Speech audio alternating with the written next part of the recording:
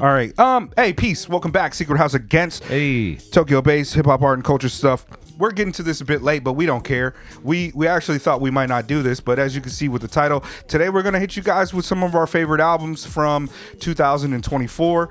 Jed and I went back and forth quite a bit on whether or not we wanted to do this, whether we thought that making top 10 lists actually like indicated our enjoyment for albums, or if it did any of them justice anyways, or if it was just like too much effort and brain power to try to make distinctions about them. Yeah. So I think we've kind of settled on a decent compromise on this one.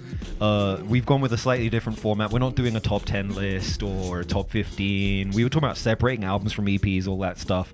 And in the end, we decided we were going to give you guys our number one picks, because I think we both have with a bullet, set in stone number one with a bullet. Yeah. Like favorite album of the year.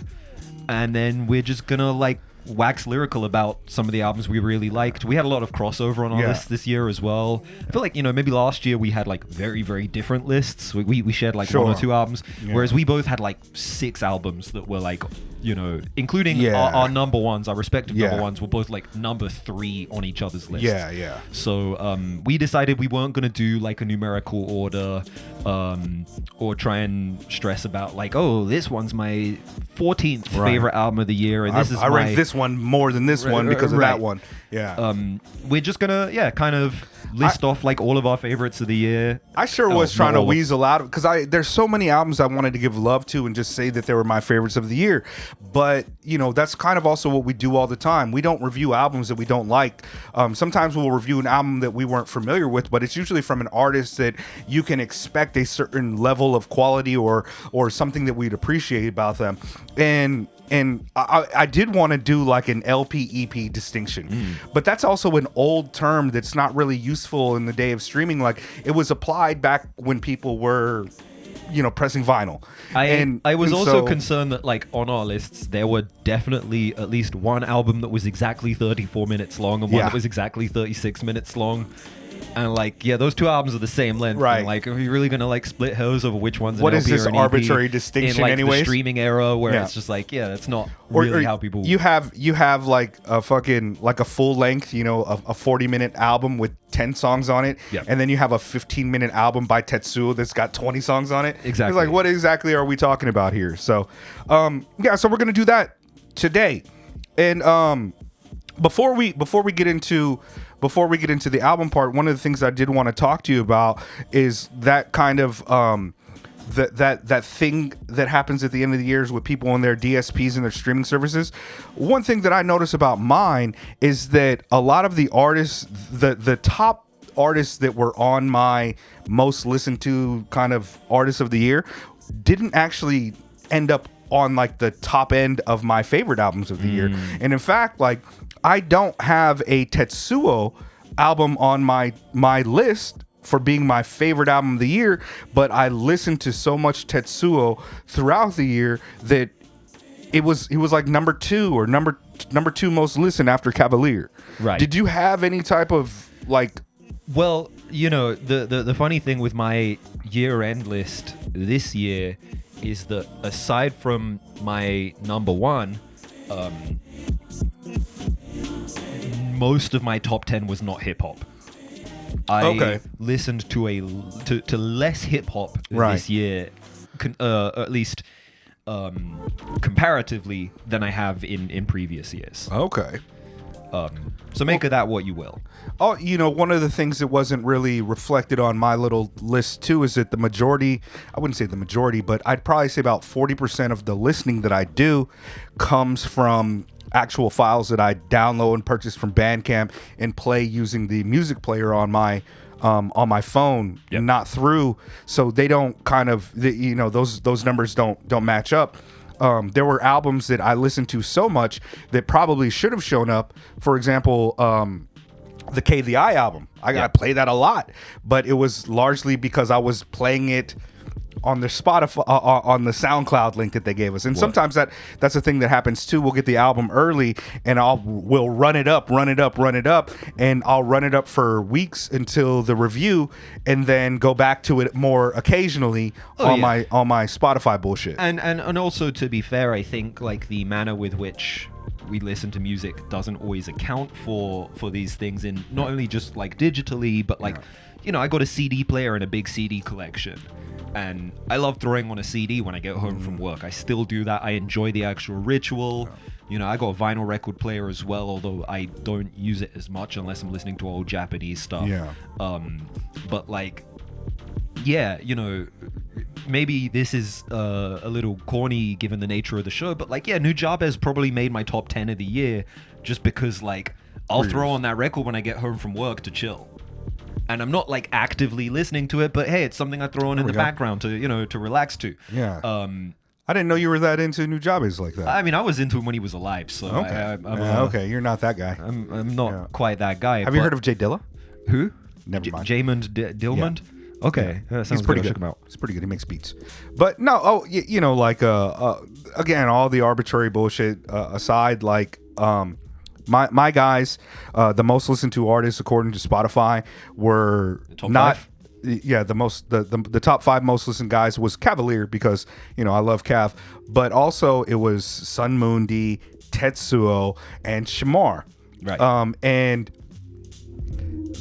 those are also like homies in our community. They're in our Discord. They're also like, not Cavalier obviously, but Shamar, Sun Mundi, and Tetsuo. I didn't just listen to them because like, oh, those are my friends, but I also really appreciate their music. So I did want to put that down and shout them out, because there is like one album from them that does make my list, but that's another reason we didn't want to do these type of things, because it's not really reflective of anything to me at this point. I just kind of like last year's list. I hate it. I did not like my list. I had a whole thing in mind, and then it just got like more and more fucking convoluted, and then I ended up not doing myself justice at all on that year-end list. So, that could never be me. My list was fire. Hey, your list was pretty good last year. But yeah, so moving forward, maybe this year we'll try to figure something out. I really love the way that the Dad Bod Rap Pod does their kind of end of the year list. They just create like all of these kind of really interesting categories. Okay. And then they're just like, all right, so what is the album cover of the year? What is the album that's like this most of the year? Best album to play in your car. And they call it Quibble Jam. Okay. Like Scribble Jam, but Quibble Jam. No, brilliant. Shout out to the guys at Dad Bod Rap Pod, which I haven't listened to in a while because I'm not hip hop podcasting like that no more. It's a shame. But yeah, I got to go check them out for sure. But yeah, so let's get into it. Number 1 with a bullet. You want to do yours first? Or? Yeah, easily. I've said this all throughout the years since it came out. Cavalier. Cavalier, I mean, let me do it on my phone. That way we don't have to do the back and forth. But yeah, Cavalier, Different Type Time. To me, it was just, I was a longtime Cab fan. I was waiting a long time for him to do a follow-up to Private Stock, and he had, he dropped, there was like 3 projects that dropped by him this year. But Different Type Time for me was just, it felt like the culmination of so many points, and I love the production on it. I love how the album is on the strength of primarily just him. There's not really any features. He didn't pack it with, homies who are within his kind of sphere of community. There's not even Quelle on this outside of like production work. And it's just him bombing, and every single album highlights how much better at rapping he is than 99% of rappers that are famous, even, you know what I mean, or like, he's just so nice with it. And I really especially loved to see the credit that he's finally getting this year with Cinna. The album he did, like, I haven't even really unpackaged that yet, because I just was like, we did Death Tape 2, and man, this one is just easily my favorite. I don't know like how much I listened to this album, but it was more than everything else. And I would just go through, like, sometimes I'd find a song and I'd just play it all day. Oh yeah. Yeah, I love this album. I mean, overall quality of every single element of this album, like, you know, it's just more than the sum of its parts, and the sums of all of the parts are so impressive. The lyricism is phenomenal. The production is really, really gorgeous. It's varied, it's interesting, and there's just like a lot to unpack lyrically. A lot of the themes and ideas. That was probably not the most ideal lyric to say. I'm like, yo, the lyricism on this is crazy. She wanna smoke, I got a pound of blow. But yeah, even in those moments, you know, the fact that it can be like kind of real, like from the mud, like lowbrow, while being, you know, high art to what extent we care about. It's real nigga shit, man. It's like, that's what I hear from it. I hear from him like the extension of the wisdom that my OGs and all the god bodies try to kick to me, that they didn't follow through with that, but I could hear it. I could just hear the kind of authenticity and the wisdom within him, this unpretentious and just a real human being.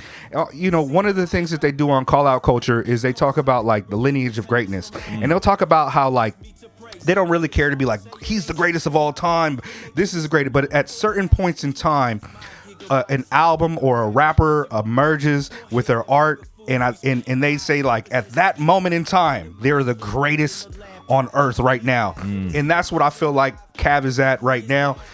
He meets every single criteria what you want from a rapper, and it's just amazing to me. Like when I listen to him rap, it's like when I listen to like an Aesop, like normal people can't reach that level of just barring and just the way he mixes it together, the flow, the content.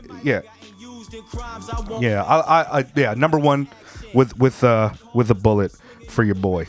And that's not to say that I don't have a much praise for the next ones up, but yeah, it was an easy choice for me. Oh yeah. So in turn, this has a very long intro, but my number one with a bullet from the dirt, Fecal Lungs, and Ola Segun, Carrot Season. I threw this on while I was at work on like my lunch break, and I got like 4 tracks in, and I just like text you. I'm like, yeah, this is the album of the year. This is phenomenal. Yeah. I've been a fan of these two since we first reviewed them. Like a couple years ago. Another Planet 4 was on the top 10 list last year for you too. And I was like, that album's absolutely phenomenal. Like, you know, this could be an opus for them. And then like Ola Segun's production just feels like that last missing component that like elevated them to like godhood for me. You know, Lone Sword Lungs is phenomenal as a producer as well in his own right. I don't mean to take anything away from him, because the work on Another Planet 4 and the other records is really incredible. But like the production is incredible, and then just like the styles that Fecal Lungs are doing on this is just absolutely incredible. Like the way Lungs raps on every single one of the tracks he's on, he's just like it's like a vicious swarm. It's like fighting Naoya Inoue. Like he's just like so effortless, a barrage with this barrage of like crazy like Humble yourself and shut the fuck up, nerd. Hug your bastards, trouble. It's so super New York to me, and like for all of their idiosyncratic elements and the way that they rhyme that's weird to people, of people who don't really like and approach that. To me, this album kind of exemplifies like some of the best and favorite approaches that I've ever heard come out of New York. Like when I go back and I listen to Kool Keith, it's like, you're not supposed to rap like that apparently, but apparently it's the dopest shit that's ever been made. And when I hear them and I see the kind of some people who aren't hip to it talking shit about it, I'm just like, all right, well, you don't tap into it like that. But when I listen to this project, I really do hear something that's phenomenal. We were arguing the other day online in the group chat with some folks, and somebody said, yeah, this is one of the 10 best albums of the last of this decade. And people were like, I don't know. And I'm like, the point, and I also hear that they don't really care for the idea of like calling their work opuses because they're still moving, which is another thing. But always a progression. The point that I was making when I agreed with that is that I don't have to try to move towards some objectivity of what makes a great album good or what makes a great album this or whatever. A lot of people aren't going to like Atrocity Exhibition, but I say the same about that. This album, the combination of Ola Segun's production and as weird and strange it is, and how hardcore dope hip hop it is with the sampling and the approach that they do and the elements that they come together with the songcraft makes this one of the most unique listens, not only of the year but also just of all time. And for me as a b-boy, that shit just It's goes real b-boy fucking shit, yeah. great. It makes me feel so incredibly hip hop. Street corner, throw it on a boombox Yeah. and like throw down, like yeah. If we were to have to do like an actual listing, this is guaranteed top 5 album of the year for me, likely top 3. You know, it's fighting for the 2, 3, or 4 spot undoubtedly on my list because I love this album so much. It's from start to finish, it's just a fucking And also so dope. like every single feature on this album like slides on the beats. Like Yeah. it's like what Feek and Michael Logs are doing, Christmas, like, Homeboy elevates Sandman. everything. Like, Yeah.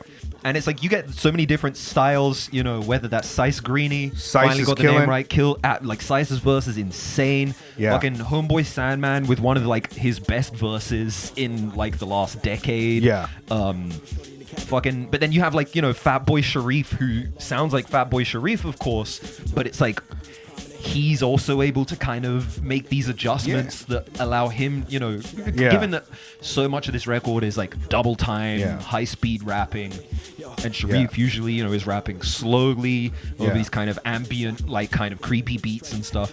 And then he's able to like just switch gears, like, you know, instantly short shift into like a different phase. And it's like everyone on this is just absolutely phenomenal. Some really, really incredible beats on this. Features as well as the beats and production. I mean, watch our review of it if you really want to hear us get fucking wax philosophical, wax lyrical about it. But yeah, it's just one that is just undeniable to me as being super dope. So let's move on into the crossover Stuff that we both had. Albums for us. And again, this is not ranked. Now we're just moving into the category of like albums that we really love, and you know, my second favorite album of the year might be the last one we talk about. So don't concern yourself with that. Just know that that's what we're doing. So let's do Rama. Rama, yeah. Let's do Rama. Let's talk about Rama, Black Box, Joshua's Dead, the album which the artist formerly known as Joshua Virtue used as their transitioning of their artist name and perhaps their artistic intention in moving forward. This album did not come out on streaming. We copped this with the show money. Shout out to all the patrons. Shout out to all y'all. But for me, this album, I've loved Joshua Virtue. Maybe 2 years ago, Joshua's album was on my top 10 list. And Joshua's, and Rama, the writing, the kind of content, it was just so beautiful to me. And this is the one album of the year that kind of actually literally gave me a deep emotional type of experience. This last song is makes so this beautiful, album so man. special is the beauty and just the emotional resonance of it. You can glean from reading the liner notes on the Bandcamp page that this record is deeply personal and serves a function that will hopefully, or has hopefully, assisted Rama in their material conditions in what appears to be a difficult time. And you feel every single drop of it, whether that's the production or in this case on Aaron Magruder or just Chong Wizard kills his shit Chong so Wizard's bad, bro. incredible on this. Shout out to Chong Wizard. And just like Rama's delivery on this, like sometimes you know, Rama goes from just like sliding to like breathlessly like pleading with the audience, with the listener, and the dialogue that kind of happens between the artist and the listener is just absolutely phenomenal stuff. They're capable of like putting such a human experience within their music that it's kind of one of the things that a lot of people give like Mike a lot of props for, you know, Big Mike.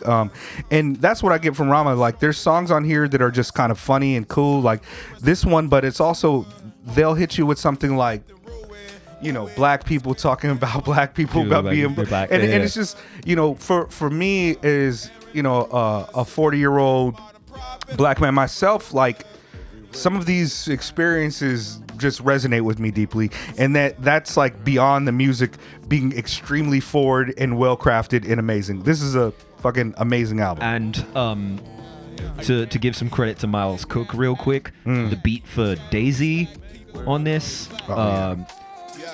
possibly Shout out to Moscow, possibly my favorite beat of the year. Yeah, and Def C bomb. Oh my Def god, C yeah, goes and Pink Navel. insane. It's Yeah, an Pink amazing Navel, product. like, yeah. It's an amazing album. But this beat, like, Not shitting, yet I am, depending on the mood. Family Tree Cravens got the. This is the thing about the album. It's like so joyful too. It stunning. brings you to a lot of moments that are just like very like emotional for me, like in a more kind of like from sublime level. But catharsis to yeah. like tears of joy to all of the above. yeah, that Aaron Magruder shit, I play that all the time, and I'm just like, hey, life is all right. Yeah, it's wonderful. What's next? What do we got? You want to do the crossover? You've Elucid? got the crossover. Elucid? Elucid Revelator. Yeah, let's put on some Elucid. This is the punk album. Yeah. This is a confrontational and Super black. black Black as fuck. Black radical art, like challenging, albeit so deeply cathartic and fun to listen to. Because it's a punk record and it has that rawness. This is not necessarily the sort of this is not I Told Bessie. This is not Arm & Hammer. In spite of Billy's presence on this record, it is something that we have but haven't really seen from Elucid before. It's a side of his art that it's another facet of his personality. Yeah, I think that he kind of condensed and packed into a single it's listening very familiar, experience. but at the same time, I think it's a very distilled or like a very pure version of that Elucid formula.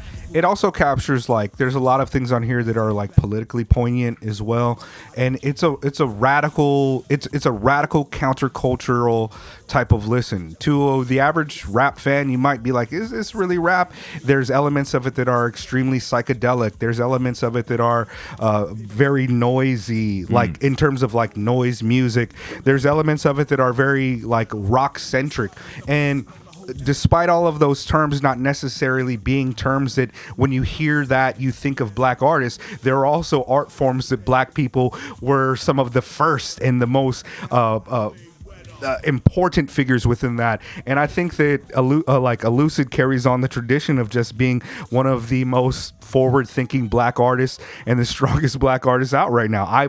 The more I listen to this album, the more I kind of feel like I'm catching other things. And this album was an album, the first time I listened to it, I was like, this is brutal as fuck. I'm not really enjoying myself here in terms of just like a sonic quality of it. But noise music can be like that. Or punk can be like that. But by the time like 4 listens in, I was like, what is going on? This is amazing. It requires more listens. Definitely on the list. Nappy Nina and Swarvy. Nappy Nina and Swarvy. Nothing is my favorite thing. We might have to go back and forth because we're doing fine. Yeah, we're doing fine. I don't have what you've got on your crossover. All right, yeah, it's all good. It's all good. Yeah, but Nappy Nina and Swarvy, an amazing combination that I never expected to happen. I hadn't thought about Swarvy all that much outside of going back to listen to his work, but the combination is fucking lovely. The combination is great, and it also came at a time of year that was fucking perfect. Oh yeah, I was outside just happy listening being to outside, having a good time. Yeah, deep, dense, black. I guess like. I love some black as fuck shit. I love all people, you know what I mean? Shout out to all fucking oppressed people. I'm for liberation of all people, but I really do love when I get some like strong black perspectives on arts cuz I care and I do talk shit about a lot of some of the antisocial narratives and the tropes that are so prevalent within popular black culture. When I come across a really dope artist like Nappy Nina or Elucid or Joshua Virch or Rama, or any of the people on our list, like it pleases me that people are making not only shit that is counter to that, but making it at such a high level of dopeness that is undeniable that music doesn't have to follow tropes. This album is so vibey, so wavy, so beautiful. And some of the best rapping you're going to hear all year. On the topic of wavy. Oh yeah, you want to move on? Yeah. I mean, this is going to be a long video, so. Okay. I mean, yeah. Okay. If we want to, I mean, you got more to say about the Nappy Nina? I was enjoying you talking. I could do whatever, but yeah, we could just keep it moving. That was a segue. Yeah, don't just do it. my bad. Just segue Wavy into Bagels, it. Yeah. Drive By, a car full.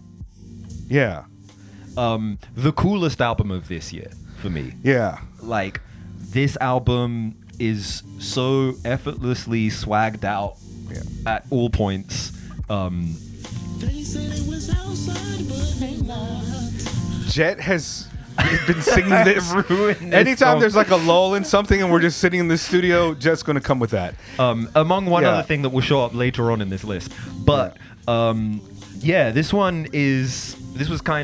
this was not my introduction to either artist, but this was probably the first time It's Wavy Bagels and Drive By. Wavy by Bagels the way, and Drive it's By, Wavy Bagels on the rapping, lyrics and the vocals, and then Drive By on the beats. production. Yes. Yeah, fire combo. And we listened to the Drive By 6WD. Yeah. One shot once. Once. And Wavy Bagels had made some appearances on some other stuff that we had talked about, including the previous Nappy Nina. Perhaps I my memory is for shit, but this was like a genuine. We talked about the artists before on the show, and they reached out to us and slid this one over to us, and it was like instant, like immediate rotation. It's also going back because like I didn't listen to this album much on Spotify. Fucking Outside or Theme to a Car Full might have been like my most played songs of the year. Right. But I was listening to it because we got the files. We paid for it and bought the files later. Yeah. So yeah, this one is just. I'll tell you what. As soon as it get warm around this bitch, I'm gonna be playing this all the time again. Yep.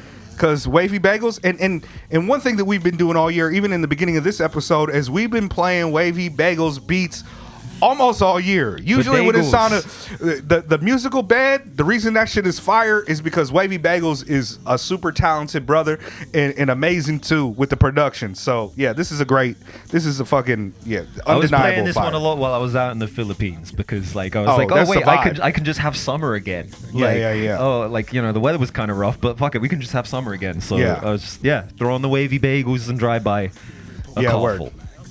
Another crossover joint that we had, which is one of my favorites of the year and also one of my most listened to, is Rich Axe Haitian by Makami.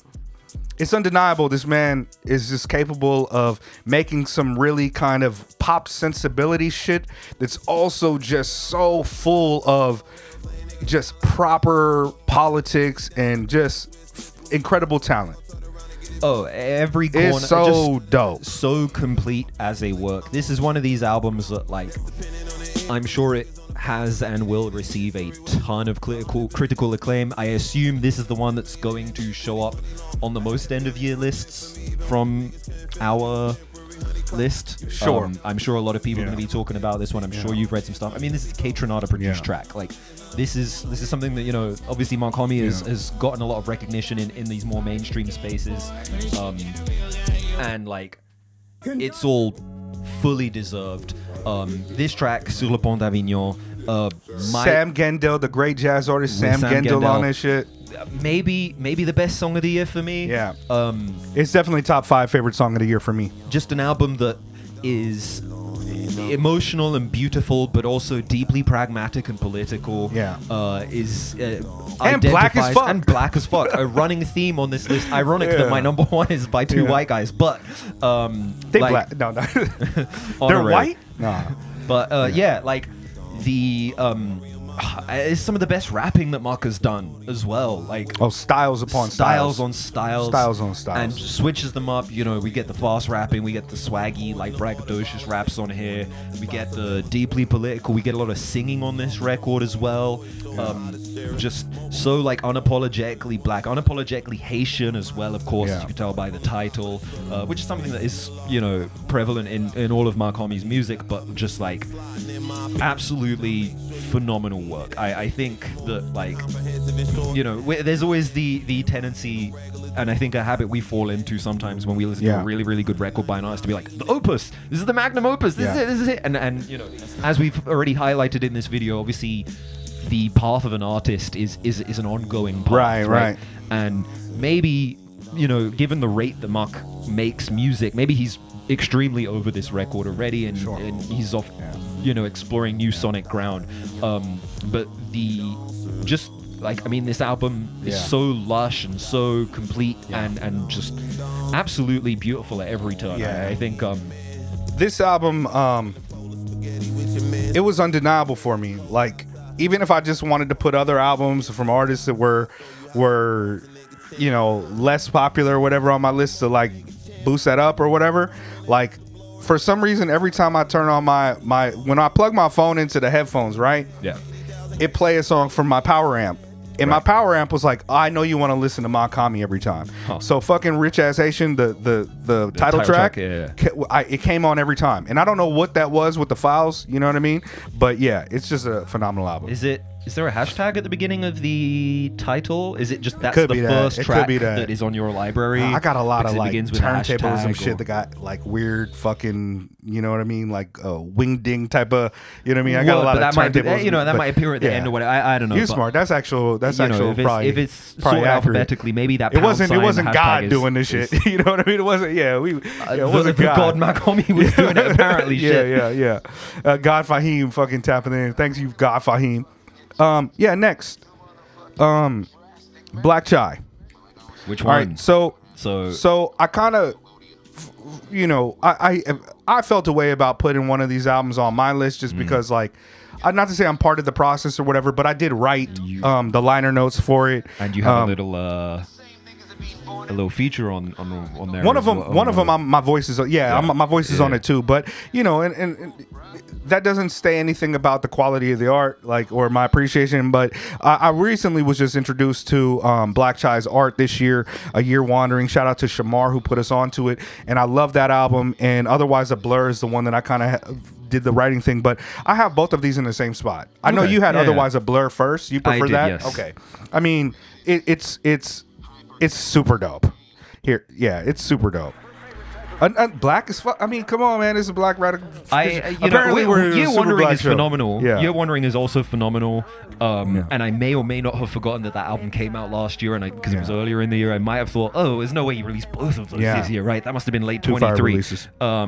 But I'm a real mark for August Fanon production. Like, you give me a beat by August Fanon, and then you give me an MC as capable as Black Chai, and like as fun and like as good a styler as Black Chai, and I'm like, I'm happy. Like I'm fully sold. Yeah, for sure. August Fanon, one of the greats, fucking amazing. 2 of his albums are on my list.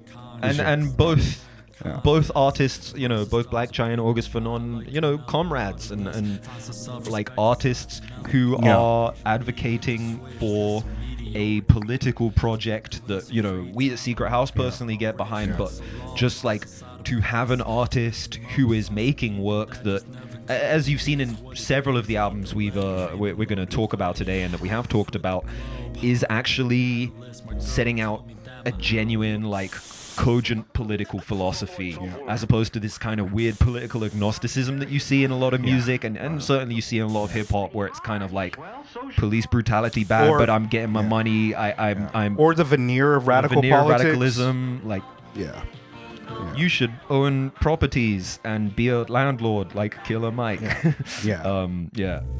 I was just okay. We won't take a tangent because this is probably going to at least be an hour-long video. We're already almost like 40 minutes into the shit. But the next up is Sun Mundi and Clown Cat, Lived and Born. This album surprised me. It was off the back of our kind of first meeting and relationship with Sun Mundi in our Discord. He shot us the album earlier, and I was incredibly surprised how fucking amazing of a writer Sun Mundi was or is. Yeah. And also the production by Clown Cat is amazing as well. This is an album that I think resonates well with a lot of people who appreciate artists like Ka, that would love like really dense lyrics, but also don't mind your occasional drumless type of approach. Yes. In fact, on our review, people were like, yo, I checked out Sun Mundi and hell yeah. And this is, Sun Mundi is one of my favorites. We were supposed to have what is it called? A conversation of type thing. an interview, so to speak, conversation yesterday, but I was feeling a little under the weather. So hopefully we'll get that Friday, and then you will see a conversation, a video Zoom type of recording of me and Sun Mundi. If you're listening to this and you have any questions about Sun Mundi, shoot those in the comments or join the Discord, and we'll get to that one. Maybe now that we're going to be going back and forth on our list, you should pull up your music and I'll pull up mine in between or whatever like that. Sure. Is that how you want to do it? Yeah. Do you want me to go first? If you got something pulled up, then otherwise I can right now. I got some. Okay. Whatever you call. Yeah, man, look. Okay, wait. Let's introduce it. So those were all the crossover albums that we have, now we're going to go back and forth with I don't know how many more albums that are also on our list that we both didn't overlap on. Exactly. Overlap albums. That was a real overlap. And I feel like we've both listened to most, if not all, of the albums on each other's lists anyway, so we both have things to say about each other's records. And personally, I really like everything on Mega's list. I'm sure he appreciates everything on my list too. So you can still take this as a full Secret House endorsement. This does not place either any of these albums lower or higher than the albums we just talked about. Yeah. Choices were made. There's choices. We just had to, I actually put my shit through the little ranking thing, and sometimes like I was like, I thought that album would be higher than that one, but yeah, it just ranked them. Yeah. And so. You know what you got to play for me on this joint right here? My favorite joint is the Leviathan and Lightning Strikes joint. Oh, but introduce it. My bad. Yeah, this is the Mega Man Theory 6, All the Scars Were Gorgeous by Tokyo Cigar. And yeah, Tokyo Cigar reached out to us, and he did the thing that I really hate when people DM us and they're just like, yo, good show, listen to my album, you'll like it. And I didn't know. You wanted to hate it. I wanted to hate it. Like, I wanted to hate it. Tokyo Again? Cigar, if you're watching this, I want you to know I wanted to hate this album. I saw the stage name with Tokyo in it. I was like, oh, you ain't out here. Yeah. And a video game reference in the title, and just the DM like, yo, listen to my album. And I was just like, let me put this on so I can laugh at it. And then it was like, it just fucking like absolutely blew my mind. Yeah. Jet hit me up mad like, yo, this album is so fucking good. I'm a little bit upset. So it's fucking throwing good. off. I'm mad. It's throwing off my end of the year list, and I feel like I got recency bias. But yeah, no, it's actually that good. This album is that good. That good, and Tokyo Cigar is that dope. Yeah. Like. This is some of my absolute favorite kind of drumless, like dark alternative type hip hop of the year. The rapping on this is absolutely love incredible. this beat so much. There's like these little things that happen at the end of it. It's like, little what? things that are happening, and then like the beats, like slight alterations and little changes and little nuanced details. Like this is an album that's like really fun to pick apart and think about. Like Tokyo Cigar's just getting off the whole time. Like the abstract lyricism that you get on this is just absolutely beautiful, and yes, easy candidate for one of my favorite albums of the year. Yeah, I was wrong as fuck about this one on first listen. Not surprised. We because we are out in Tokyo and anime and like Japan aesthetics are such a thing. A lot of times people send us albums and they've got like a lot of those kind of elements of it, and they're usually not all that great. A lot of times we come across people who seem a bit weebish for us. Like we've been in Japan for a long time. Like I've literally been here like 13 years this year. I've been here 8 years as of like next week. So sometimes when we see those things where people are naming their albums after anime characters and stuff like that, we do kind of get like, let's see if this is good or not. And I have to admit, like, calling your album the Mega Man Theory would be something that I was like, what is this about? But genuinely just incredible. Absolutely phenomenal. Genuinely incredible. And I'm a total asshole when it comes to just looking at something and be like, yeah, no. But yeah, this, like, I'm tapped into Tokyo Cigar now. I listened to a few other projects. This one's incredible. And this is an album that, like, I guess I have mild regret that we didn't get around to reviewing just because of the timing. It came out at the end of November, I believe. He sent it to us like end of November, early December. And then, like, we didn't really record anything last month because I was out of the country and you know, things were going on. Christmas, New Year's, you know how it is. But, like, yeah, phenomenal. Absolutely brilliant record. Oh, let me bring it in.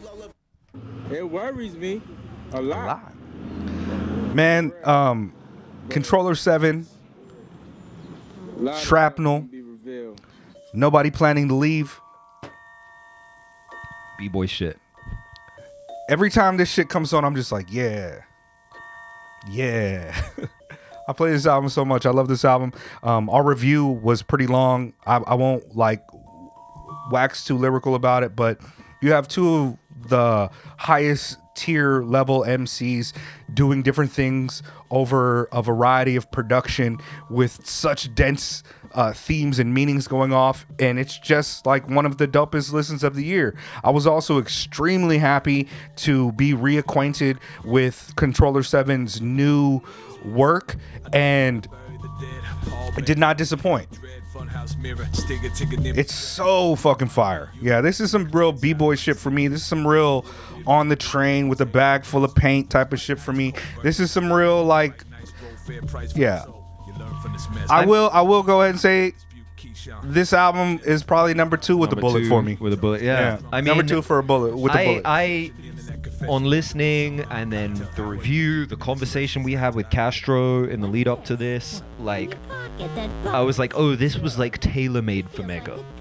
This is like, and you know, I missed a lot of the elements and a lot of the callbacks. Like, a lot of the themes were associated with like De La work. And you know, like I'm a big De La fan too, but I didn't catch those things. But it also didn't preclude me, it didn't stop me from like enjoying it and seeing it from another angle. Like I this was really, this to me is like in the lineage of like the type of high quality forward different shit that would come out on like definitive jokes. This album would be the reason for me telling somebody I didn't need to listen to the Kendrick Lamar album, because I got this, and that's just me.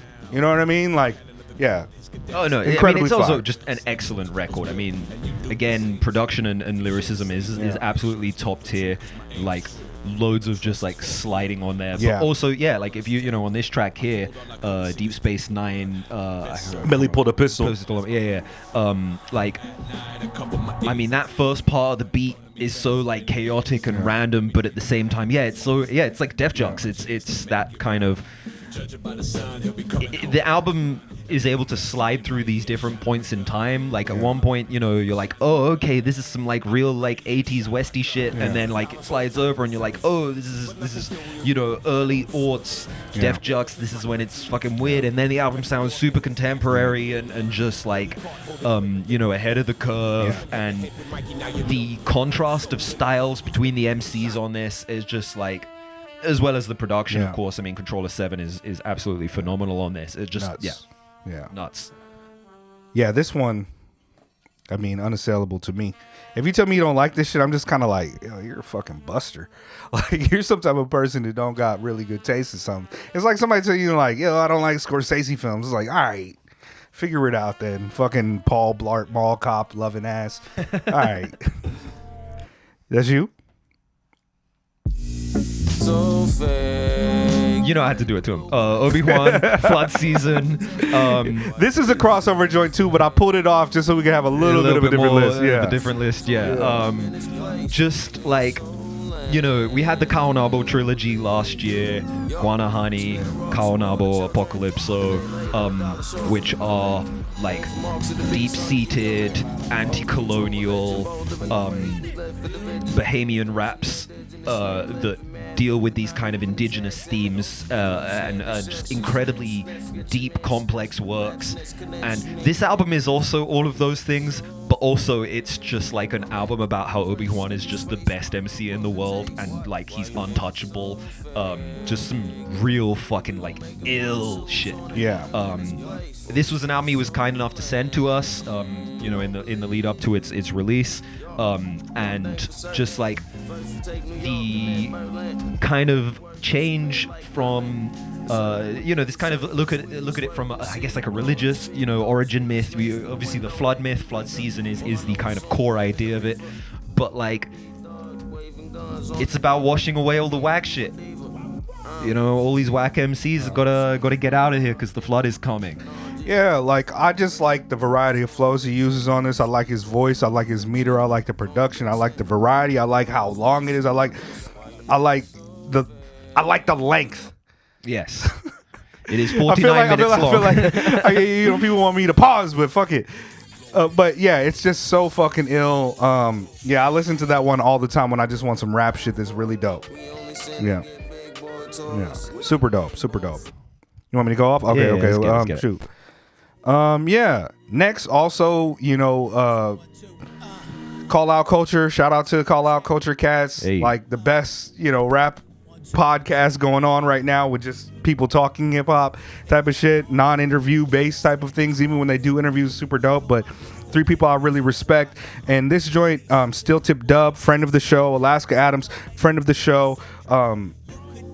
It's amazing to me. This album to me was like a perfect kind of distillation of what I would want to hear from an artist from the era of Alaska. We have a really long review about this. I'm not going to wax too crazy about it, but yeah, all of the things that are going on this album, I really feel like there's no other album in the history of hip hop that so precisely discusses what it's like being an aging human rapper that comes from the fucking dirty, dusty underground that was full of graffiti, and one of the Def Jux artists is like, there's nothing like this. And when I listen to this album, I don't want to call it like a memoir, but it is a really, really good kind of like, I mean, it is in the fly sense on that the wall. It Yeah, is, these reverberations of a dead man's Yeah. ego. Like the title Also- is a memoir of sorts, right? also This is- my favorite album title of the year, Reverberations of a Dead Man's Ego. Coupled with it, I like that. it's a shit great lot. title, but because of the cover and just the way everyone refers to it, I just Road keep Me? calling it Road Me, Yeah. which is a little less dope than Reverberations of a Dead Man's Ego. But Sure. shout us out to Road Me still. Easy to but I mean, I've been calling it Reverberations. Right. Is a shorthand type of thing, but yeah, the production, and this is the thing too.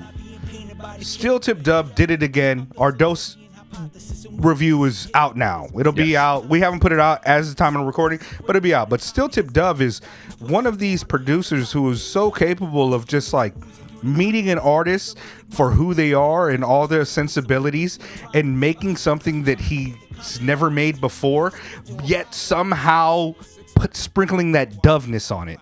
And this album is just like incredible production top to bottom, incredible lyricism top to bottom, and it doesn't sound like anything really. For sure. It's fucking interesting. And also they got fucking old classical giant cats on here, like, yeah, I mean, shout out to John Robinson. I love John Robinson. He been through. We kicked it over here in Tokyo. He was one of my first big artists that I had in studio, like at the studio. Him, That's ill. yeah. John Robinson, Is he on the table? No. We actually recorded that at another studio, but Okay, he's up what? there with the homie Elo Kush. Like, I love John Robinson. There is he's a an OG. poster directly above Mega's head, Yeah. just out of camera. Yeah. John Robinson did not die, just to be clear. Oh, yeah. No, He's up there with the homie Elo Kush. Elo nah. Kush, John Robinson are fine, I hope. People don't realize the impact that John Robinson had on hip hop, man, especially like the beat scene. Like, yeah, he's one of those cats, and so nice with it. Amazing album, amazing album.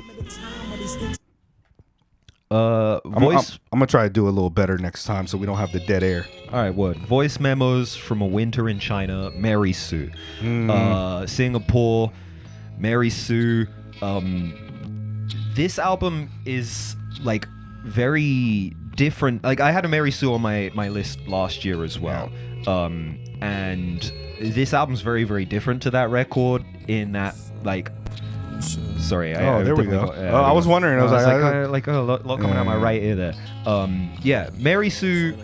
This album is as the album title probably implies, it feels very like natural, like it was just this winter out in China, and Mary Sue had a handful of beats, and he decided to just like get off on them, record it on his phone. The album's very, very intimate. It's very close. Yeah, it's got like what I think about when I think about this album in that term is like, I think of it like Jack Kerouac at Big Sur, like go somewhere and write something. I think of it as like that on the road type of thing. Like, this album really just is capturing like an experience, and it's not really trying to do anything other than like kind of put out the work that happened during this point in time. And while It's this great. is not the only Asian rap record that we're going to talk about today, or the only I mean, there's English on here, but the only album that's not entirely in English, I mean, he's rapping in, I think, Singapore Mandarin on this, but like, this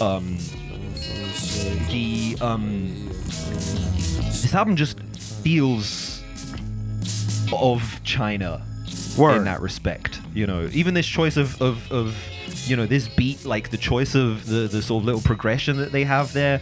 You know, I don't want to get into the theory of it, but, you know, it sounds and feels very Chinese, and it gives it this very kind of unique vibe.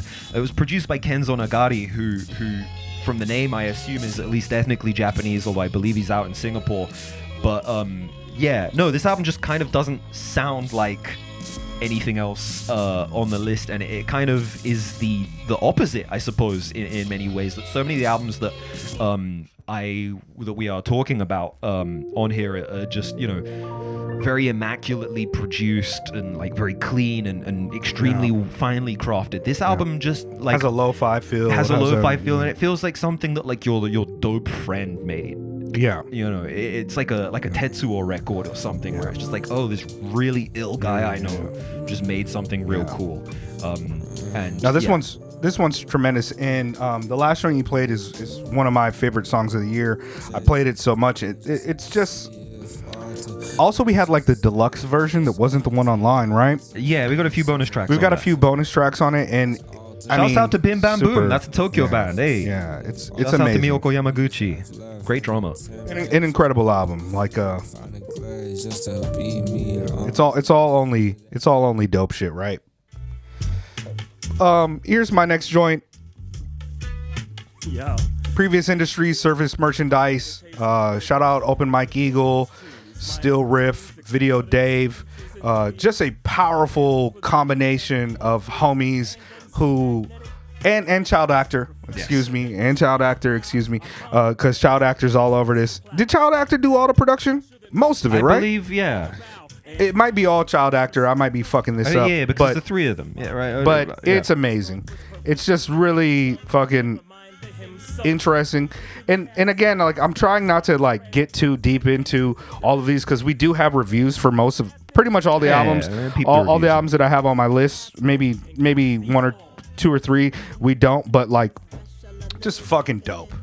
Just extremely dope. Like, check it out. I don't know what else to say about it. Like, you hear Open Mike Eagles. If you don't know Still Riff, he's like Cavalier. He's like one of my dark horse favorite for decades. Him, Breeze Bruin, that just doesn't get the same type of exposure in the kind of modern day for their ability, even from like in a historical sense. Nobody like goes back and it's like, yo, you remember Still Riff on that Mestizo? That was one of the best. Like. And Video Dave's work is also fucking incredible. Controller 7 joint, like, you know what I mean? Like, yeah, just check this one out. This one shouldn't be a secret. This one's well known. It's fucking fire. Easy peasy. I just wanted to piss Mega off. That's part of course. Triple digits, 112, Richie, formerly Richie with a T of By Storm, formerly Injury Reserve. I'm worried about you, Richie. Just been singing this shit fucking for... Why would you niggas do this to me?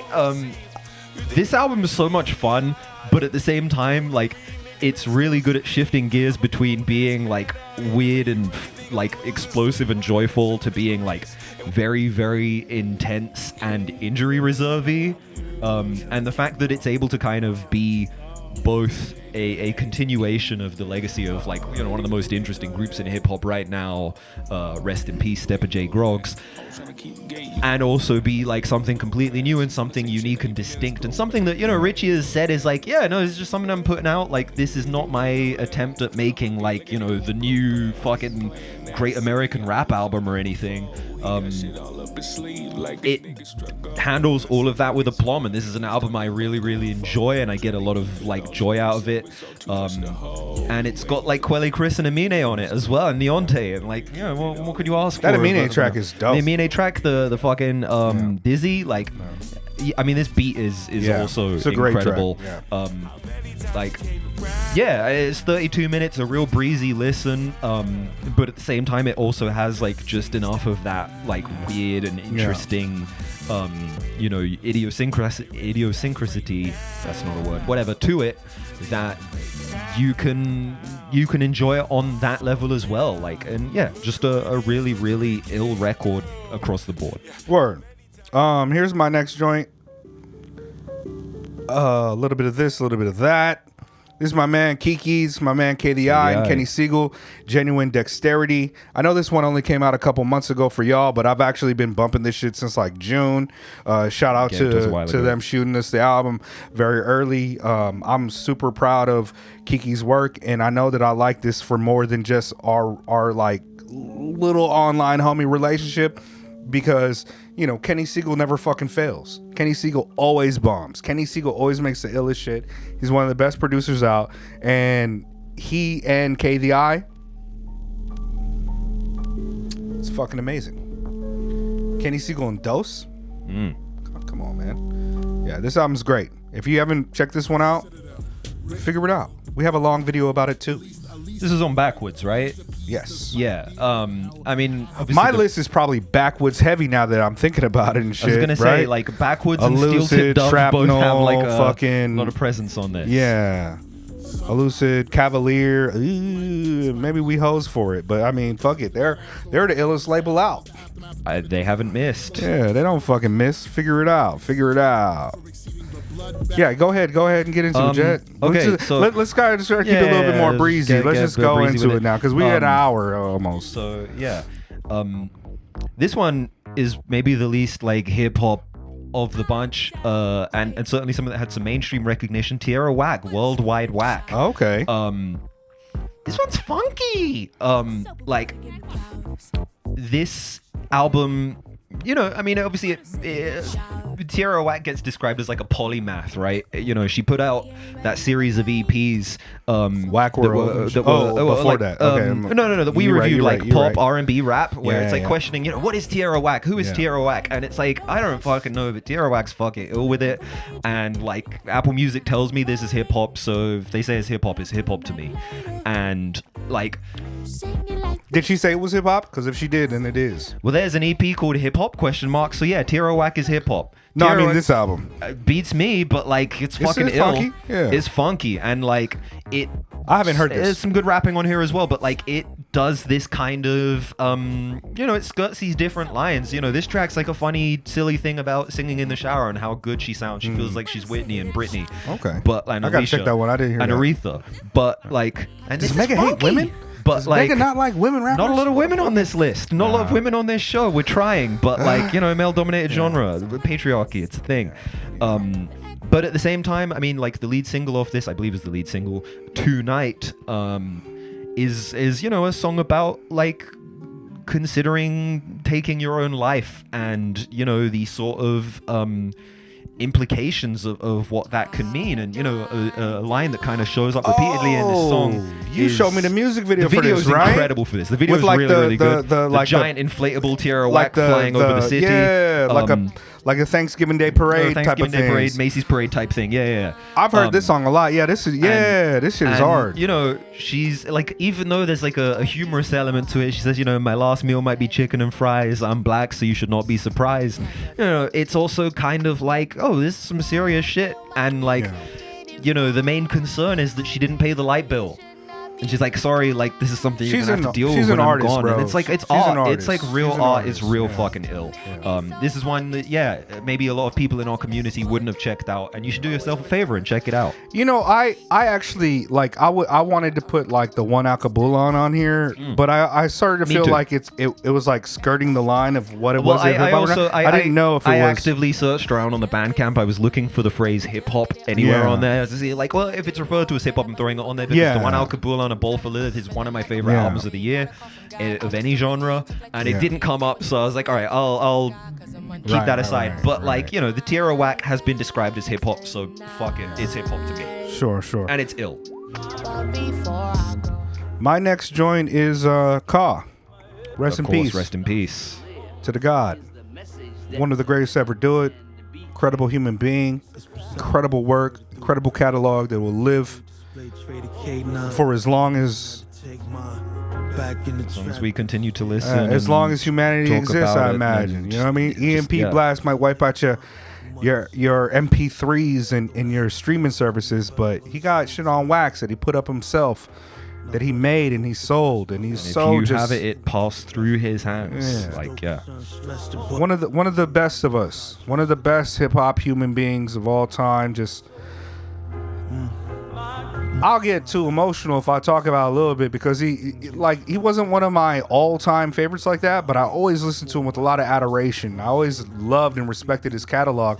I didn't necessarily go back to it as much as some of my peers, but this album, unlike the last two that he dropped, they didn't really resonate with me as much. This one, before he even passed, I said this is one of Beautiful. this is a great one for me. I really enjoy this one. And The Thief Next to Jesus is unfortunately, the last work that we'll likely get from him, but it also happens to be just a beautiful, Really incredible album. amazing project that if you don't like this shit, I don't like you. It's that easy. Leave your shit in the comments so I can fucking block you if you don't like this shit. It's fucking amazing. Yeah, Watch our collection review plate. about it. Collection plate. One of my favorite tracks of the year Oh, for man, sure. I I mean, mean, it's- just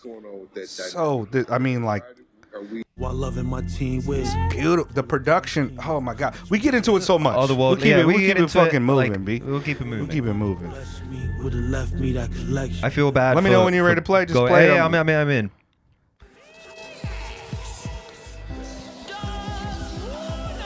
Dos Monos. I'm sleeping on the homies, bro. I Yeah. slept on this album a bit. Like Japanese Tokyo-based hip hop crew, Dos Monos are making some of the most like unusual, idiosyncratic hip hop out there, and it's consistently just incredible, and it's like a fucking phenomenal live show. I've got to get out and see a show. I was fortunate enough to befriend 1/3 of the group Botsu earlier this year, and Mega, you've been acquainted We're with friends. with We're those friendly. guys for a while. They've been in this room. Yeah, all three of them been their in this signatures room. are on this table somewhere. Perhaps. I don't know if I have some, but yeah, perhaps. Those are But, homies. like, yeah, Dos Monos, friends of the show and making alt rock hip hop. Some of the with most forward shit. forward thinking, just out there experimental It's rap. black as fuck in the sense that there's a callous disregard. Yeah, I mean, I'm just saying. I know hip hop is like that, but yeah, they have a callous disregard for what you think should fucking bubble, and they it's just do got- their own shit, and it happens to be amazing. And it's got noise legend pioneer Yoshihide Otomo. So like, yo, that's crazy. That is pretty crazy. They also got the Crazy Pride lady, or is that a different Lenny track? Hart, yeah, the Yeah. Crazy Pride lady. Yeah. That was what you heard at the beginning. Yeah. If you know the vibes, then you figure this shit out. Yeah. My next joint, here we go, is by Big Flowers, aka Bloom Cycle in the production side, and one of the greatest producers of all time. I'm a little hyperbolic with that, but I love Messiah music. Produced by both of them. It's called Save the Bees. Some good old eco-socialist, really raw, really wonderful. This is an album that kind of reminds me of that Mary Sue, in the sense that it's also how can I say, curated and mastered Yeah. by Gang. Yes, Gang PTP, Purple Tape Pedigree, King Vision Ultra. The King Vision Ultra, and it just has this really incredible fragrance. It really it's a kind of a cinematic experience for me. Like, every song seems so intentional. Every song is riddled with really interesting things, and because it's also Messiah music, some of these beats, they live in my head rent free. And everything should be rent free if it's dope like this. Like, it should be rent free. I love this one, man. Like, this joint with Nelson Mandela, like that beat, like, That's dysfunction. Yeah, I love this one, man. Check it out. It's got More Mother on it. Nelson Mandela, Sleep Sinatra, Quelle Chris, Doof, fucking Fatboy Sharif. It is a very fun and incredible project. Check out our review for it. I don't really figure it out like that. For sure. You go ahead and go in, On Jet. the topic of Big Flowers, aka Bloom Cycle and Sleep Sinatra, Memory. When I hit that button, I can't help but come down on it. It's like we can, like, I've only drank one highball, but I'm feeling kind of happy. You know what I mean? What? Am I? It's the connection. It's the wires. We don't use this often. And Yeah, shit, we, right? we don't normally. Yeah. Oh yeah. Oh yeah. That sounds terrible. Yeah. Maybe it's because this little motherfucker right here This been little sitting around the whole time. Hold on, I got you. I'm running up. Apple's walled garden causing some issues here because I got iPhone, he's got Android. But yeah, no, this Sleep Sinatra Bloom Cycle is one of my favorites of the year. I Memory, think Memory. It's exactly what I need when I want something off kilter and interesting. I think that Bloom Cycle Big Flowers is doing something so interesting with meter in this. Yeah. Like, you have these phrases that feel like they, even when the track's in 4/4, because anything's in 4/4 if you count hard enough, it often doesn't feel like it because you have elements of the measures that are going spilling out. It's like the music's barely contained within itself, and then you have Sleep Sinatra there who's just anchoring the whole thing, grounding it all in reality. And it feels like you're trying to remember something or someone that is escaping you, but it's right there on the tip of your tongue. And This the album, I'm sorry. This is an album that I felt like you came into the review like most hype and surprised by over the whole year. absolutely. Yeah, I yeah. was really like, you were like, what the fuck is, like, this is crazy. Yeah. And I was like, yes, it is. Yes, it is. But I felt yeah. like you were really enthusiastic about how fucking crazy because this a lot album of the is. stuff, it was like artists I was familiar with or people I was like, oh, yo, this cat's dope. I know that this is dope. I don't really need to be told this is dope to like expect dopeness. Yeah. I was not really familiar with Sleep or with Bloom Cycle Big Flowers like that Same. at the time. And then we had discussed doing a Sleep Sinatra previously, and it was the Battle of the Angels joint where Sleep is like piloting like an EVA unit or something, and I was like, I don't really want to do anime stuff. And once again, like the Tokyo Cigar, apparently I was completely wrong about this. we was fucking up. Because it was fucking ill and I was fucking up. But yeah, like absolutely phenomenal record and weird and interesting in all the right ways. Yeah, this one is also an amazing joint for me. So we're creeping up on like several albums at this point. Yeah. Yeah. I've I got like 5 more on here. I've got 5 more in a dark horse pick. Do you want to just keep moving with that? Have we Good. done? I Have we kind of done? need the bathroom, so if you wanna quickly run off and if you wanna hit your dark horse, and Okay. I'll, Why don't you hit the bathroom? yeah. Grab the other highballs that we have in the refrigerator, and then I will talk about Midnight Suns. Money All right. has no owners. Yeah. Shouts out to Chong Wizard Records for putting out this wonderful work. I need. Yeah, to get on the bathroom and shit though, so I don't have to wax nostalgic too much. And this is also difficult to find on online just because of the name. Hold on, I'm gonna pull it up right now. Money has no owners. Now this album is another one of those crossover call out culture. Obviously we're paid by them to give love to all their albums, or we're doing some type of shit over here just out of love for them, which would be nonsense. But not like this album was kind of my introduction to Chong Wizard, whom I've now had several interactions with online and also followed his production work more. And this shit is just really phenomenal to me. It's a real B-boy type of vibe for me on a lot of these tracks. Like this joint right here, Tough Guys Fill a Cemetery. And we did review this. This is some B-boy shit to me, but the song At the Pool Hall is guaranteed on my top 10 songs of the year list. So Chong Wizard has 2 songs on my top 10 songs of the year list. I don't know if we're going to do that type of video, but yeah, like I just really love and appreciate this album to a degree that is fucking kind of, yeah. I find this album to be one of the dopest albums to play during the summer. This is a really summer vibe album for me. I can put it on, I can throw it on in the function, and everybody's just going to be quite fine with how it sets the kind of the frequency and the temperature of the room here. Yeah, Joe Claire, all of it. And I'll go into my last one before my dark horse pick, right? Zilla, Chong Wizard, yeah. Delete, glitch. Since you first heard of the Fugees, came up in the era of the UMCs and blue cheese. Kung Fu Theater had me. I turned up the fucking thing and all my shit sounds. Delete glitch, head size, wall dense. Delete glitch with one word with two E's after the end. Delete.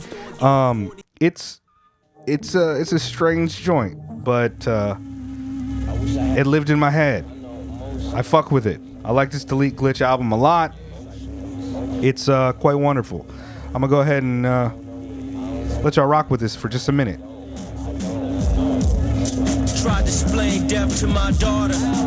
I have a few on my list actually. I don't think we're gonna get to the crazy 15. What do you? I don't know. I'm just sitting around. I gotta go pee too. It's been a rough day. Yeah, but this joint right here with Denmark Vesey is so ill. Why don't you? All right, so I was just telling them that like I did Midnight Suns, and then I did the Delete glitch. I also have 3 other ones, 4 other ones. So you want me to hit a couple? Yeah, go ahead and use my phone. I'm gonna step up and use the restroom too. Okay, yeah. I was fucking it up. We should have just took a break, but it's all. Yeah, no, I was fucking it up in the kitchen. Like I went to get Mega his drink, and then I accidentally knocked everything over. I don't know how to use an Android device, so if you'll please bear with me. Are you kidding me? It came up and then it immediately. Denmark Vesey. And while you're speaking about it, I did feel that shift. It was like. Okay, so sorry for the delay. The delay is going to continue. Maybe we'll just edit this out. I said, Sandra showed me chill. 74 out of time. Old Burger Beats. This was another one that was just like a complete like dark horse out of nowhere album for me. I had no knowledge of this. Mega was like, yo, let's do this Old Burger Beats joint, and I was like, who the hell is Old Burger Beats? You know, we didn't. It sounded like it was gonna be whack. The name and everything, we were like, oh, this might be whack. I don't know. You know, we don't really cover like European rap music on here. This is a bunch of American. But the features list was crazy though. But the whole album's at 74. We got tall cans. Did you buy some? They were in the no, fridge? this was the one I already had, and then that was in the fridge. For me. Oh, For you didn't even see. I didn't get one, but I haven't finished this either. It's a good looking out. Yeah, sorry, I barely done anything because Yeah. I don't know how to use an Android device. You might have to just edit that out. What did you just play? So we just started the Old Burger Beats. Okay. And yeah, complete wild card, 74 BPM, 1974 kind of comes up over and over again as like a main theme of this record. It's real conceptual, like high concept stuff, and it's awesome. Yeah, it's it's absolutely great, stunning, and like the features that we have on this album just suit this 74 BPM vibe so much. Whether that's Quelle Chris on this track, or Young Morpheus, Lil B the bass god, Cooley High's on Cooley here. High, They had a Pink nice album this year See-Through, too. Yeah, there's so many, and they all suit this kind of real easygoing, jazzy, dark, loungy kind of vibe that you have. Gabe Nandez is on here, like, and just Mo across Ruff, the board, like incredibly dope, Young Morpheus collection, and it's doing something a little bit different to like. A lot of albums, like, so if you look at like an album like The Orcs by Blockhead, which is also a really, really dope record, that album is like a celebration. It's like, hey, Blockhead brought all of his friends to a block party. Here's some good beats with a lot of people over them. Some on interesting combinations. This one feels like a cipher in a dark room at 3 a.m. with like a bunch of dope cats on it. Like it's the presence of all of these features is definitely like intentionally a part of the larger aesthetic of the album, where it's like, all right, you have this single pulse that is going through the entire record, this 74 BPM pulse, and here's what 15 of your favorite MCs can do over the top. It's also like extremely well considered. The like every element of it is like intentional, and it just sounds crazy. This to me is like it's like 6 o'clock in fall. You're at the house by yourself. You light something up, you put the music on, lights is kind of low, and you're just chilling. It maintains like a wonderful. This is a great vibe, and I will put people onto this. Put this shit on if you got a lady face at your house. You know what I mean? Put this shit on when you got a little lady face at the house. It's not scared of hoes music at all. It's sophisticated. It feels As a sophisticated. whole, I can confirm. Yeah, I've been scared by a lot of shit, but this one is great. All right, so I got this next one. I noticed I have my dark horse pick that should probably come before a few other ones. But What's the differentiation here? My dark horse pick was an album. It was an album that I didn't think I liked, but then when I started making this list, I was like, actually, that's one of my favorites of the year, and I just already made my list. Right. And I was like, I missed this, but it's the best. So I'm gonna do, before I get to that, I'm gonna put you guys onto this one right here. This is the 5th installment of Psychological Cheat Sheet. This is my man, Vic Spencer. Fucking incredible, dope MC. And he had like another 3 August albums, Fanon. 3 albums this year. Yeah, and August Fanon. And to me, this is my favorite of the what would it be, like a quintuplet? Yes. Trilogy, quintilogy, Yeah, whatever. Quintology. But because one of the reasons I like this a lot is that part of the reason it's called like that they rock together is because they both share a upbringing in group homes. Yeah. And apparently that's something that has been a part of their kind of, you know, friendship and where the music comes from deeply, but it's not really something that's overly pronounced on a lot of the other projects. You might not know if they didn't tell you, but this one, there's a little bit more of that element, and it's really good for that. I mean, all of them are super dope because you got Vic, who's being, you know, as charming and charismatic and dope at rapping as he is and thoughtful as he is, and you always got August Fanon, who is going to pull, you know, you towards some of the dopest beats ever. I mean, he's on that Mach-Homie too, right? Yeah. And this one is just like, I could turn this on and just be like, yeah, it's rap music time, and it's the best rap music time, and be good with it. Whereas a lot of fucking incredible too. A lot of the albums I have on my list are not as like easily accessible for me to just like turn on and not think about. This one, yeah, easy. Psychological Cheat Sheet 5, Vic Spencer, August Fanon. What you got? What do I have? I've got MIDI Neutron Ikeru. Okay, look at you. MIDI Neutron. Hey, Black MIDI. You gotta just like pull it up before we my bad. I was vibing to this Vic Spencer August Okay. Fanon so much. Yeah, this one, like, I mean, shouts out to Yo and Nakama for taking a great selection of like weird and sometimes horrifying beats and just like elevating it to one of my favorites of the year. This is the type of shit that like this would have been an album that changed who I was if it came out in 2010. You know, like back when I was like really on my brain feeder shit. And this is also like East Coasty as opposed to you know what those guys are doing out in LA, but it's like just the wonderful, beautiful off-kilter beats, weird chord progressions, and just like Nakama is just everywhere. This man's like an omnipresent rapper, you know. He just like swarms over the beats and just fucking ill stuff. I cannot wait for like the full length. Yeah. Whenever that might come. Nakama's been on an insane tear this year. I also should probably give a shout out to the EPs that he put out this year and some of the other content. A bunch of features, working with all kinds of ill cats like friends of the show, Shamar and the like. I'm waiting for that full length album. That full length. Yeah. For real. He's so dope. And I guess I kind of didn't like go back to this as much as I could have.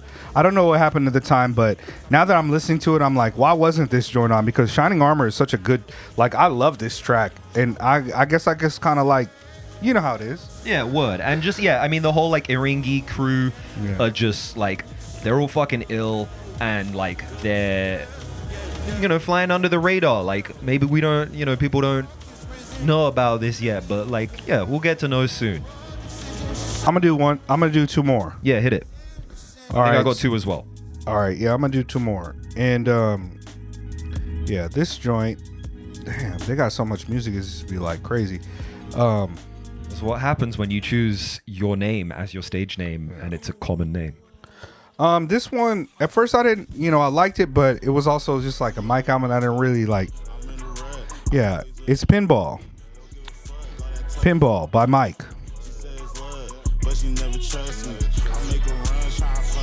This is like Tony the most Seltzer too. Tony Seltzer too. Tony actually. Seltzer, yeah. I mean, this is also some of the most like fun I've had with a Mike record. Mike's always been fun, but like it feel a little bit more poppy with the production sensibilities thanks to Tony Seltzer. But yeah,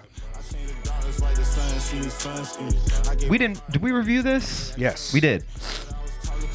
I forget who. I don't think it was just us too. It might have been Deza or Jeno or something. But yeah, or maybe even Scott Popular. But yeah. The new mic is dropping next Friday, and we gonna get my man MJ DeSensei on there. If you're familiar with the channel, like we've got the Evil Eye discussion, and MJ's on that, so we bring him back. Viewed video on the channel, right? One of them. But he's coming through. We're gonna do that one together, like a week or two after the mic comes out. We're not gonna try to be hot off the presses like that because like we don't do that. But yeah. You can go ahead, pull it out. Yeah. Rap Ferreira, Fumi Taketamura, the first fist to make contact when we dap. This one came out right at the beginning of the year. Right? Yeah, it was like January some. Yeah, I did. And straight away I was just like, oh, Rap Ferreira and Boone, like, okay, this is gonna be like interesting, like at the very least, and wonderful. And it's funny because a lot of these beats apparently were just random Boone beats that like Rory picked out and just chose to rap over. Yeah. And thankfully that turned out to work out absolutely perfectly. I mean, Rory, you know what to expect at this point. If you're a fan, you're a fan. If you're not, for whatever reason, like, you're probably not going to get anything out of this. But also, like the MIDI Neutron, I mean, just the beats on here are so like electronic and fun and interesting, and all the other adjectives I keep using in this video. I play this album a lot when it first dropped, but then I noticed that it kind of like took a back seat over the year, and I haven't actually gone back to it for a while. So this one was definitely not on my year-end list, even though I'm a huge fan of Rory. And in fact, we met Boone earlier this year. Yeah, we did. Yeah, we did. Also cool as shit. But I want to review the new Rory because I like it a lot, and we'll probably get to that somehow, some way. But yeah, that one is incredible. So that is coming up soon. Sure. All right. So my last joint is I actually got two, but I'm only gonna do the one. Okay.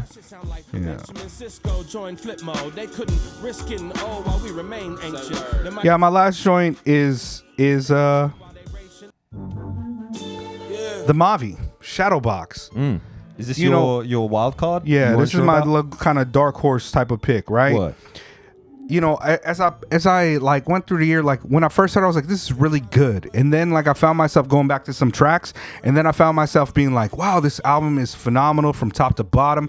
This is exactly the type of work that I want to hear from Mavi. He's kind of progressed as an artist with his writing, with his content, and the production on this album is so incredible. It's like so the musicality of it is very interesting. It kind of it's kind of a throwback to the synthesis of like electronic production coupled with instrumental stems from like live instruments in a kind of like organized, in like an organized noise type of Outcast type of way. For sure. And so yeah, the more I heard this album, I was like, man, it's so beautiful, and Mavi gets off all the time. This just has to be my last pick of the year. I actually forgot about this one, and we did review it. I need to go back and see what I said about it, because like, it's great, and it's really I've just been reminded of how much I enjoyed this album, and that sort of hybrid of the electronic and acoustic elements just works really well, and some real like high art shit. Let me just, I think yeah, hit it. Yeah. It's so good. Yo, like his flows, like so smooth. This is another one of those albums you put on when you got the lady face of the crib. I'm talking that shit, but me and my wife just made fucking 11 years. You know what I mean? Hey, but I can put this on in the middle of the congratulations. night. You know what I mean? Like, once my daughter go to sleep. This next joint you can't put on with your daughter you around. cannot Just last year, you cannot put around when you got your kids around. Bruiser Brigade. Yeah, this is Bruiser Wolf. My Story Got Stories. I think this was the first album we reviewed in 2024. Is This that right? The first one we did on the channel. And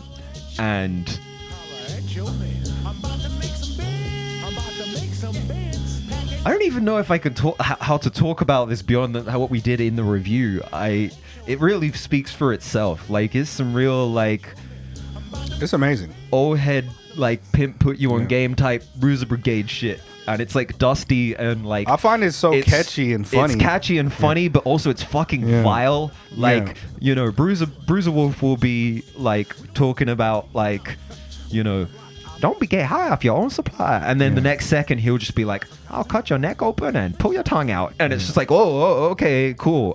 It's fucking, like, it's hilarious, but also it's like real as fuck and it's black as fuck. And like, this one I played a lot this year. One of these songs I played, like, the title track. I love the ad libs. He's like, yeah. Oh, this was in your top 5 most listened, right? Yeah, for sure. This song is in my top 5 most listened songs. I don't know what I did with my fucking EQ. Yeah. She loves shrimp fried rice and lamb chop.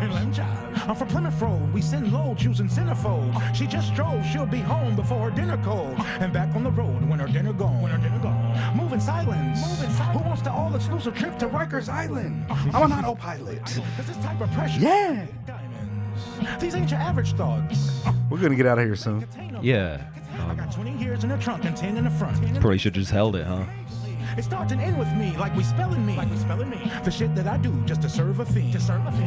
My stories got stories. My stories got stories. His stories do indeed have stories. Fuck the world, I'll never get snipped. You lie about your bezel embellishing shit. To the metal. She used to flick a nigga off. My city fool. Yeah. Now she wanna suck a nigga dick when a nigga's off. Live our life to the fullest. Till it's time to split. Secret House. Thank you for rocking with us in 2024. Please continue to rock with us in 2025, or don't. I'm not your dad. We've got a Patreon. Feel free to like, comment, subscribe, all that stuff. Shouts out to all our friends on the show. You know, like, shouts out to No Name Book Club, Caltrops Press, Sonic Cloth, Focus Hip Hop, Extraordinary Rap Music Club Podcast. Support local independent underground art. Go buy a CD. Go buy a t-shirt. You know, support music in these times. Like, of course, you know, the times are difficult, and sometimes you have to try and be as frugal as possible at all counts. But, you know, artists, the art we consume, at least, you know, as people who love art, is what allows us to continue to function in difficult times. And artists also need to eat. So, yeah. You know, disabuse yourself of the liberal order, man. Yeah. You'll be better off if you stop paying attention and trying to balance what you're supposed to think about a lot of these things. Read some theory. Join the Discord. Talk that shit. Check the Discord. Link in the description. It's probably broken because it's always broken. Just DM one of us. Give us a shout. You'll yell us in the comments. We'll figure it out. We're gonna have a tremendous year this year, everybody. We're doing all right. I've been whooping my depression's ass, and I plan on continuing to do that. And we're on like 1,982 subscribers or something. Like, thank you for 2,000 subs in advance. My bread and butter up, the feelings gotta buckle up. Shooting for the stars before the sun is up. Now that I aim for the clouds before the nightfall. Staring out the group home windows to see nightfall. I ain't no part fours, had it group home, they knocked it down. And spent $10 million building new homes. Drove by, smoked grass. This shit is hard. I felt relieved too.